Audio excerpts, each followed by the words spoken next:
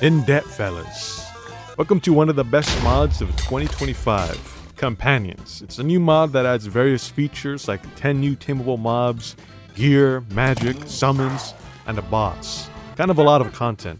Came out just a week ago, so it's pretty new, but like I said, has tons of content. I definitely think there's something for everybody. I know sometimes a mod page with so much information can be a bit overwhelming, so I thought to make a little guide on the mod because I like the mod so much. So, this is what I think is the general information, the core of it that you 100% need to know. There's a resource in the mod called Essence. You get Essence for killing hostile mobs. With this Essence, you can heal companions or use it as fuel for the Soul Furnace. To use the Soul Furnace, you need a Great Chalice, and most of these items are just craftable with copper, so make sure to mine it. And you just gotta get some Essence and fill up the Chalice. And you have fuel for the Furnace. It's important to know for various recipes or cooking something. And the mod also has a currency, coins, and there's 3 tiers of coins. Copper coins, nether coins, and end coins. You find them in structures or in dungeon chests. You'll need them for various stuff, so keep an eye out for them. Now that was kind of the general information. We can move on to the other stuff. The companions. The real meat of the mod. Cornelius.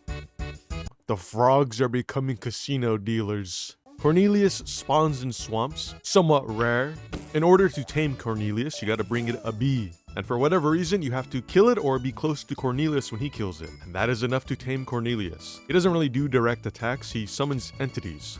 But in order to do this, you have to give him a coin. And the rarity of the coin determines what tier of the entity will be summoned. Copper coin summons these fellas.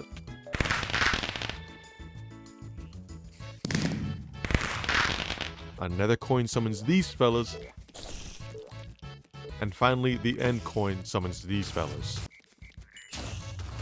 And the best part of all about Cornelius is you can play Jack Black, which is totally legal in Minecraft because it's Jack Black. I'm not gonna lie, it's actually pretty fun and cool. You can make some real money off this fella. Maybe I'll do a blackjack playthrough only in hardcore, and when I run out of all my coins, Cornelius breaks my legs and the video ends. Antlion. The Antlion spawns in deserts, but you have to be careful when looking for it because the moment it sees you, it'll bury itself in sand and attack you. The range is pretty far as well, so you'll have to cover and sneak in range to go undetected. In order to tame it though, you'll need some crystallized blood, which you can get by cooking rotten flesh in the Soul Furnace. The best part about the Antlion is it changes its state daily. You can also shear the fur on the base state of the Antlion, which only regens after a full cycle is complete. The fur can be eaten for a chance of some strength, but it's better off to save for a weapon craft. Like I said, it changes states every day or so. The second state, it becomes a pupa. It has more defense and can take more attacks, but the damage output is a bit low and it's also somewhat slow. The third state, you can kind of fly it. It's more so like gliding downhill. It can go pretty fast though. The attack is pretty funny, but I did not find it too efficient. The fourth and final phase before it resets is the Antlion Soldier. It attacks by shooting sand projectiles at enemies. Dinamo. Dinamo is a fun, interesting companion. There are multiple ways you can get one, either by starting a raid or finding a broken dynamo in a structure. But by starting a raid, you have to kill the illager golem form of it. Defeating it has a chance to become a broken dynamo. You have to fix the broken dynamo yourself by giving it various materials it needs, like oak planks, iron ingots, and a homunculus. A Tesla coil as well. All the stuff you need isn't really too hard to get. You mostly just get by crafting some basic recipes. Once you give it everything it needs, you'll have your companion. You still need a wrench to toggle its attack mode, but it's pretty strong. Croissant Dragon.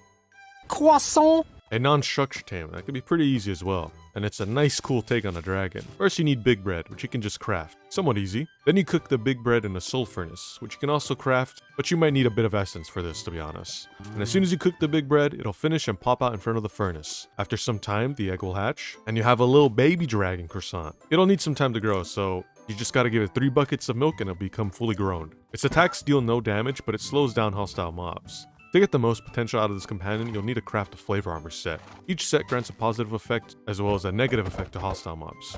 Each flavor does a specific thing. Minion. Companion you'll definitely want to come across to get the most out of this mod. First you'll need to find a hostile imp, which can spawn naturally in the nether, but they can also be guaranteed finds in a structure.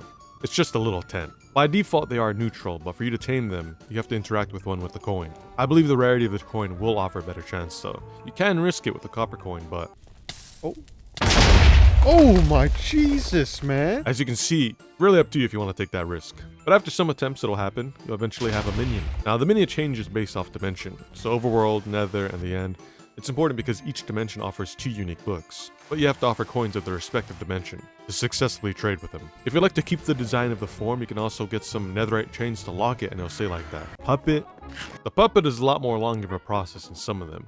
First, you gotta find a structure. The witch's house. It's got little chicken legs in front of it. You'll know when you see it. You'll find a magic hand sweeping the floors. These goddamn labor laws, man. You interact with the magic hand and it challenges to a game of rock, paper, scissors. I hope you have some cobblestone, shears, and paper, because you're going to need to play against the glove. After a couple of attempts and finally getting 3 wins in a row, you've successfully tamed the puppet's hand. Now you're close to the puppet. All you need now is an empty puppet, which you can get from crafting or finding it in various structures. Now you can add them together and you have your own puppet. Weapons not included though, so you gotta craft your own. You can get some diverse options as well, and there's also 2 slots, so you can mix and match for whatever you'd like. Teddy.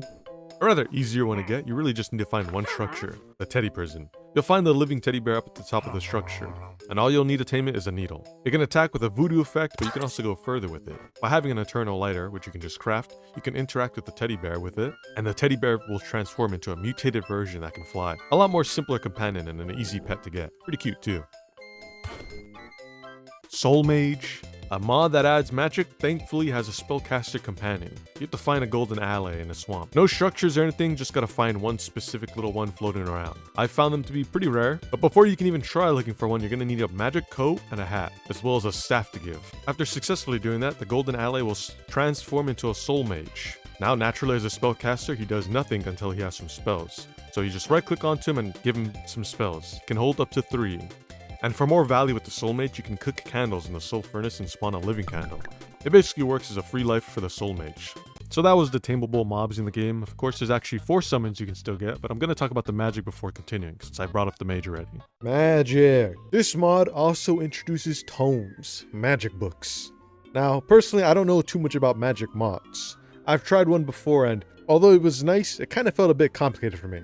But this is a pretty straightforward system. No mana, just cooldowns, and obtaining the books themselves. Which you can get in various ways, like bartering with tamed imps, finding them in end cities, or specifically crafting one. As of now, there are 9 spells in the mod. We got the Naginata book. I'm sure I didn't say that correctly. The only craftable tome in the mod. Pretty straightforward, you just right click on where you want it to land, and you can even hold shift to get better accuracy. It seems to do about 8 damage regardless from what I've tested. Magic Ray book. Right click and it sends a beam. But it can also pierce through enemies as well. It does 2 ticks for 11 damage in total. The Stone Spikes book. I think personally my favorite, or at least one of them. You just right click and stone spikes erupt from the ground. Hits multiple times and from what I can tell about 16 damage. We got the Ice Shard book. It's an easier book to get technically, so not as good. But you right click and ice shards will target an enemy. It looks about 5 damage. Not sure how accurate that is though. Brace book. A really good strong one. Right click and it goes flying out, chasing after the target. It only hits for about 4, but it lights the enemy on fire. Goes great with an upcoming book, but the spell can also pierce through multiple enemies and catch them all on fire. The Fire Mark book. Cast a ring that applies a mark. You can even see the mark on the enemies to see if it worked. And igniting marked enemies with any source of fire explodes the target. So the Brace book, or even just the fire aspect wooden sword. Super destructive. Black Hole book, another favorite of mine. This one can synergize very well with a couple of spells. You right click and obviously it summons a black hole. It sucks in enemies close, pulling them close to the center. It lasts for about 6 seconds. It does no damage, but obviously it's meant to pair up with stuff. Ice Tornado. You summon a tornado that pushes entities while doing damage. Good for keeping distance, and it does about 6 damage from the dummies I tested, but it can hit multiple times, like this Iron Golem. Did about 11 damage in total. And finally, the Heal Ring book. A support spell, doesn't do damage. It only heals you, but it also does a radius around you, so you can heal your pets, or really whatever. Well, that was all the spells and books. Now, finally, like I said, there is a boss of the mod. It gives rewards, and I do think it is essential for some of the content in the game. The boss of the mod. It's pretty strong, so I wouldn't suggest trying to fight it early on. It spawns naturally in its own structure, but the structure is filled with some nice loot, so I guess you can just go early on and find its loot and take it with no consequences. Because the boss only fights when you interact with him. If you manage to beat the boss, you'll find he has another form. Also pretty hard, and a lot more agile. After beating the boss, you'll be rewarded with Relic Gold and Old Cloth. So you now unlock the conditions for getting access to 2 companions. Now that you have the Old Cloth and Relic Gold, you can craft a respawn totem. You'll need a soul gem too. I didn't mention it before, but you need one for the mage wand. It's pretty simple though, you just cook a diamond through a soul furnace and you have a soul gem. A respawn totem allows companions to respawn for a limited number of times with the hourglass. but in this case it's going to be used as a summoning item for the companions. You'll definitely have to fight another boss if you want to get one of each. So the companions. First up is Cloak. Using the old cloth on the respawn totem summons Cloak, and just like that he is your companion. He can launch sacred stars that explode on contact, and from what I've seen it's insanely strong. Cloak can also make you and himself invisible for a short time, preventing hostile mobs from seeing and attacking you. The other companion is Mank. Using the relic gold on the respawn totem, Mank can regenerate rings of fire at its feet or even fire a laser at its target. So, pretty cool little boss companions. I think it's neat and it feels like a nice little sense of progression basically. Now that was all the companions, but as I said before, this mod has summons. The difference being summons are temporary, but they do help just as well and offer some unique use. The Shade Maw. Summoned with the Shade Maw altar and a Shadow Bell. Its main purpose is for travel. That goes for ocean as well as, to a lesser extent, lava. It's also got a little chomp to it. The Shade Sword. Summoned with the Shade Sword altar and a Shadow Bell. Its main purpose is for combat, and it really excels at it. Not much else to say about it, but it does handle huge hordes really well. Well, those are all the summons.